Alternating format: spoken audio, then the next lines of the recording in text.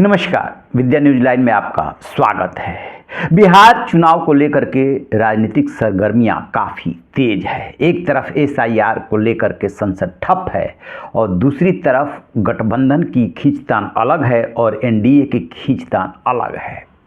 केंद्रीय गृह मंत्री और भाजपा के चाणक्य माने जाने वाले अमित शाह अभी 2 दिन पहले गए थे सीतामढ़ी। इसी दौरान ऐसी कुछ राजनीति हुई जिसकी चर्चा अब खासी हो रही है। इसमें पीएम मोदी के हनुमान चिराग पासवान नहीं दिखे। आखिरकार क्या वजह थी कि चिराग पासवान पटना से चले सीतामढ़ी पहुंचने के लिए और अमित शाह के इस कार्यक्रम में भाग लेने के लिए पहुंच भी गए वो वहां पर, लेकिन कार्यक्रम में नहीं पहुंचे। दूसरी तरफ जेडीयू को पिछली बार की तरह चिराग पासवान से ये शिकायत है कि ये सत्ता पक्ष की तरह व्यवहार नहीं करते हैं, अपनी ही सरकार पर हमला बोलते हैं और बात पहुंच गई केंद्रीय बीजेपी नेतृत्व तक। अब जो है चर्चा हो रही है कि ऐसा करके चिराग पासवान ने कर दी है बहुत बड़ी गलती। हर बार की तरह उन्हें यूं ही नहीं छोड़ा जा सकता। बिहार फर्स्ट, बिहारी फर्स्ट का नारा देने वाले चिराग पासवान एक वर्ग में अच्छी खासी पैठ रखते हैं। जब वो बिहार में सभाएं करते हैं, रोड शो करते हैं, लोगों से, युवाओं से मिलते जुलते हैं, तो उनकी पकड़ साफ दिखती है। लेकिन ये बात भी किसी से नहीं छिपी है कि एनडीए के साथी होने के नाते वो जेडीयू से बना करके बेशक चलें या चलने की कोशिश करें, लेकिन नीतीश कुमार उन्हें बिल्कुल नहीं भाते। नीतीश चाचा से उनकी अदावत है और ये अदावत कोई नई नहीं है, वो उनके पिता रामविलास पासवान के जीवित रहते हुए ही शुरू हो गई थी। आपको याद है ना किस तरीके से रामविलास पासवान जब राज्यसभा का पर्चा भरने के लिए जा रहे थे तो नीतीश कुमार उठ करके बैठे थे, उनका पर्चा भरवाने नहीं जा रहे थे।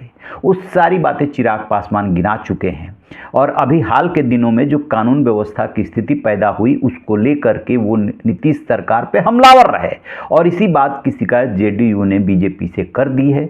उस कार्यक्रम में न पहुंचने को लेकर के भी इन सारी चीज़ों को कनेक्ट किया जा रहा है। अब ये बात आ रही है कि केंद्रीय नेतृत्व बीजेपी के तरफ से उन्हें संदेश भेजा जा रहा है कि चिराग पासवान एक हद तक बोलना तो ठीक है, लेकिन उससे आगे बोलना ठीक नहीं है। जहां संदेश खराब जाए वहां बिल्कुल मत बोलिए। जब आपकी सरकार होती है या गठबंधन की सरकार होती है, कानून व्यवस्था हो या कोई और समस्या पैदा होती है तो उसको बर्दाश्त करना पड़ता है। सरकार के साथ खड़ा होना, नज़र आना, लोगों के बीच में संदेश जाना, ये बहुत ज़रूरी है। नीतीश कुमार के राज में यदि कुछ गड़बड़ियाँ हैं, कानून व्यवस्था की स्थिति खराब हो रही है तो बहुत कुछ अच्छाइयाँ भी है। जिस तरीके से उन्होंने महिलाओं को साधा है, उनके लिए कई स्कीमें लेकर के वो आए, महिलाओं के बीच में उनकी पैठ है, ऐसे ही युवाओं में अपनी पैठ बनाने के लिए वो डोमिसाइल नीति में चेंज कर रहे हैं टीचरों की भर्ती में, तो वो महिलाओं के साथ साथ युवाओं को भी साधने की कोशिश कर रहे हैं। इसलिए इस गठबंधन के लिए जिस तरीके से प्रधानमंत्री नरेंद्र मोदी जरूरी हैं, वैसे नीतीश कुमार भी जरूरी है। और ये जो बीजेपी केंद्रीय नेतृत्व ने उनको संदेश भेजा है, उसके बाद दिल्ली में यदि वो मीटिंग करते हुए नजर आए जेपी नड्डा और अमित शाह के साथ, तो चौंकिएगा नहीं, क्योंकि ऐसी बातें हो रही है। जब तब चिराग पासवान अपने को साधने की कोशिश करते हैं और ये भी कहने से नहीं चूकते कि चुनाव नीतीश कुमार के नेतृत्व में होगा, वही हमारे नेता है, लेकिन अगले ही दिन फिर पलट जाते हैं, फिर वार करने लगते हैं। तो कभी कभी जिस तरीके से पीके यानी प्रशांत किशोर उनकी तारीफ करते हैं, उससे लगने लगता है कि इस बार भी वो पिछली बार की तरह खेल तो नहीं करेंगे। अभी वो केंद्रीय मंत्री हैं, नहीं लगता कि ऐसा कोई खेल करेंगे जिसका कि आगे बहुत बड़ा असर हो। पिछली बार यानी कि 2020 के चुनाव की बात अलग थी, इस बार की बात अलग है। और देखने वाली बात है कि जब वो बीजेपी केंद्रीय नेतृत्व का संदेश मिलता है तो क्या वो अपने व्यवहार में बदलाव करते हैं, बयान में बदलाव करते हैं, क्योंकि सीतामढ़ी के कार्यक्रम में वहाँ पर पहुँच करके भी जब वो नहीं वहाँ पहुँचे हैं तो इसकी चर्चा होनी स्वाभाविक है। एक बात ये भी आ रही है कि उन्हें जो समय बताया गया था और जिस समय पे कार्यक्रम हुआ, दोनों में अंतर था। यही वजह थी कि वो वहाँ पर पहुँच करके भी अमित शाह से नहीं मिल पाए, कार्यक्रम में शामिल नहीं हो पाए। तो इसको एक तरह से आप यूँ थोड़ी देर के लिए मान लें कि ऐसा रहा होगा, समय में अंतर हो गया।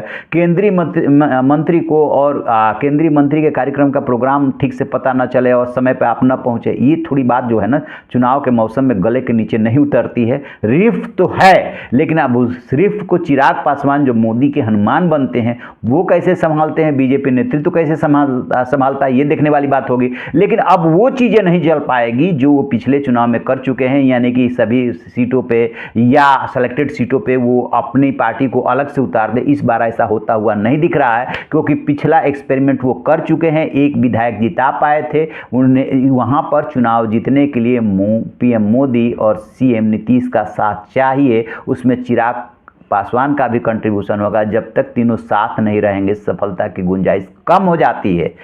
तो इस पे हमारी नज़र रहेगी, इसको लेकर के अपडेट मिलेगा तो आपके साथ साझा करेंगे। और हाँ, इस चैनल को लाइक और सब्सक्राइब जरूर कीजिएगा। Thank you.